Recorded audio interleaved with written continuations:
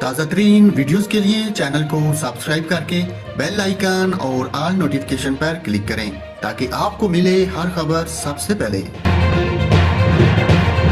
السلام علیکم ناظرین، آپ کو کراچی میں موسم کی تازہ ترین صورتحال سے آگاہ کرتا ہوں۔ کراچی میں آج اور کل شدید گرمی کا امکان ظاہر کیا گیا ہے۔ اس دوران زیادہ سے زیادہ درجہ حرارت 39 سے 41 ڈگری سینٹی گریڈ ہو سکتا ہے۔